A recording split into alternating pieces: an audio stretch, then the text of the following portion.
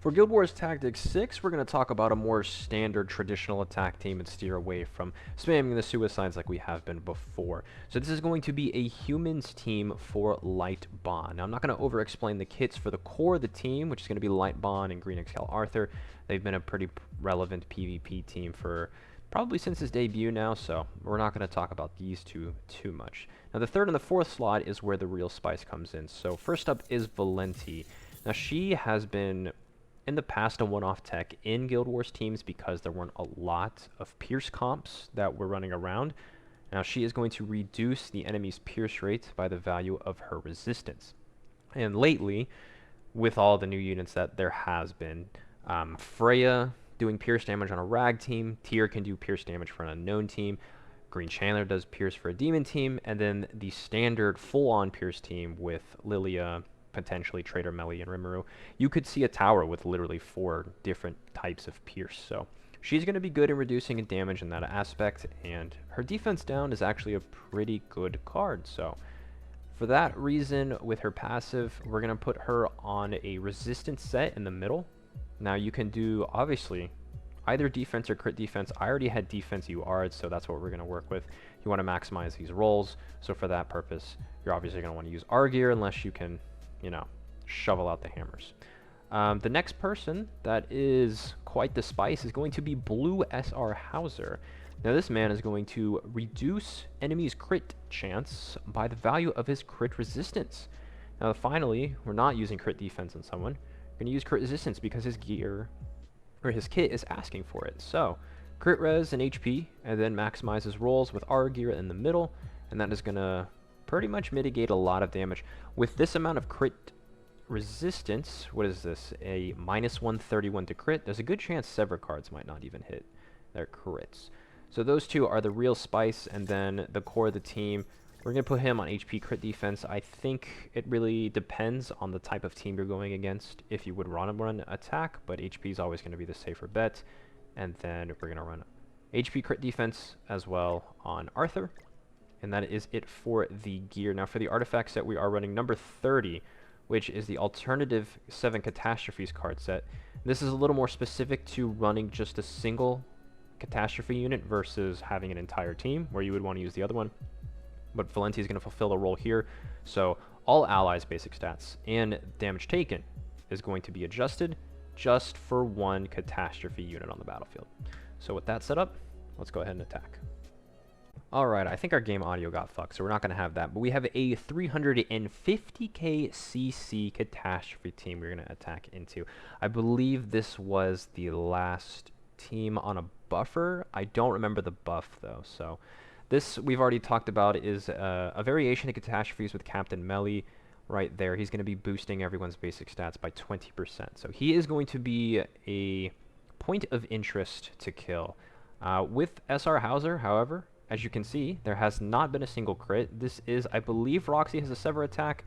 I think she only crits maybe 2 people there.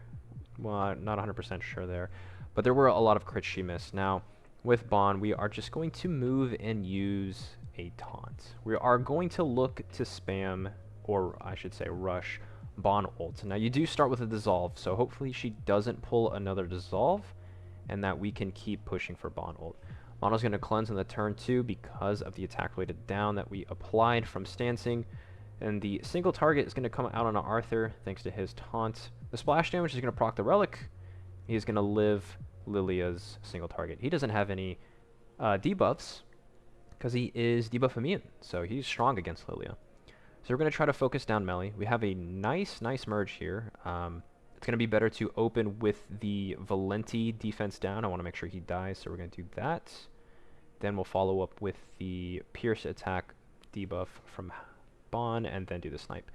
So that is probably, is that max? And I'm not sure. 1, 2, 3, 4, 5. 5. Okay. 5 out of 7, not too bad. HP defense still 374k. That is going to push us into ult. Now, she didn't draw the second dissolve, so there is no drain in this variation of the comp, so we don't have to worry about that. That does suck that she drew a second Pierce, or not Pierce, second cleanse. Rank 2 single targets, only 1 debuff, Hauser's still living. What are we doing here? Single target on the Hauser. Okay, so again, still no crits, but he does unfortunately die, which is fine. We're not worried about him staying alive here. Now we have Bon with his ult. We have a taunt and a drain. So there's a chance Roxy doesn't die. So we're probably going to spam Arthur to get our taunt back up. Make sure Roxy doesn't keep her ult in the event that we don't kill. And that is going to put, what, 2 attack-related down on everybody, and then we'll ult. So that's the max that we could do here. And then we're going to see what this damage looks like on HP. I think actually it's 3 because the third one is applied before the ult. Yeah. Okay, so Roxy still does end up dying. Doesn't look like they got merged into another ult, but we do now have Valenti ult and Arthur ult.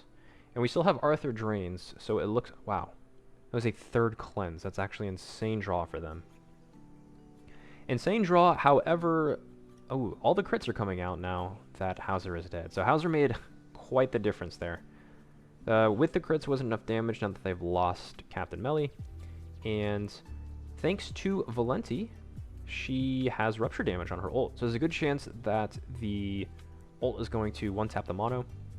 And Lilia does also have ult, so we're just going to drain her as well. She could live. She might not live. Arthur is obviously going to be 1-6, so his ult's not going to hit too hard. Though I think this is actually a misplay because Arthur ult is detonate damage, and we did remove a gauge. We'll see if that matters here in a second. It's 20% increase, yeah, so it doesn't matter. She still ends up dying, so that is going to be humans into Catastrophes. If you guys liked it, drop a thumb, maybe a sub if you're into that, and I'll see you in the next one.